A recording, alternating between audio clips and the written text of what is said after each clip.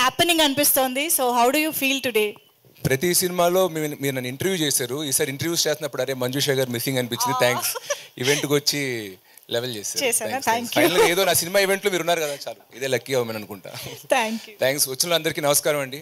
So అందరు చెప్పినట్టు మేము ఆల్రెడీ ఈ సినిమాకి ఆడియన్స్ ప్రీమియర్స్ చేసాం. విజయవాడ, వైజాగ్, హైదరాబాద్ 3 నగరాల్లో చేసాం.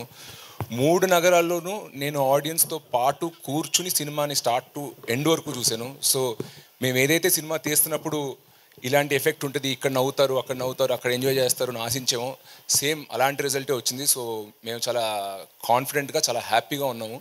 అండ్ చాలాసార్లు ఈ మధ్యన నేను మా ఫ్రెండ్స్ వీళ్ళు కొన్నిసార్లు వేరే బాగా నచ్చిన సినిమాల గురించి ఇన్స్టాగ్రామ్లో, వాట్సాప్లో స్టోరీస్ పెడుతున్నారు.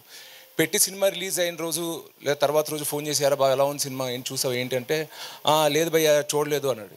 ఎందుకు అంటే, లేదు 2వ వారం చూద్దాం అనుకున్నాను. 2వ వారం ఎందుకని? మొదటి వారం టికెట్ ప్రైస్లు మరి కొంచెం ఎక్కువ ఉన్నాయి, అంటే 4-5 వెళ్ళాలి కదా, సో సెకండ్ వీక్ వెళ్తే వర్కౌట్ అవుద్ది అనుకున్నాను.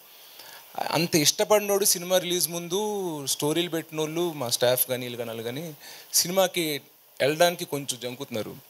ఏంటి అని అడిగితే టికెట్ ప్రైస్ కొంచెం ఎక్కువ ఉంది కదా భయ, చూసుకుని సెకండ్ వీక్ వెళ్దాం. సెకండ్ వీక్ మళ్ళీ నార్మల్ టికెట్స్ చేస్తున్నారు. సో అలా ఉండొద్దు. ఫ్యామిలీస్, కిడ్స్ని తీసుకుని అందరూ ఈ సినిమాని థియేటర్లో చూడాలని మేము తీసాము.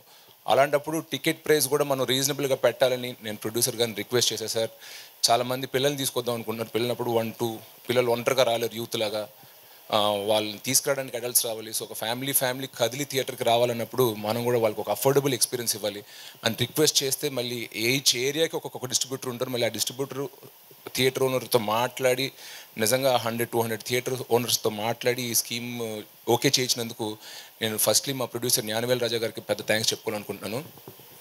అండ్ అలాగే ఫ్యామిలీస్ కూడా ఈ సినిమాని థియేటర్కి వచ్చి చూసి ఎంజాయ్ చేస్తారని ఆశిస్తున్నాను.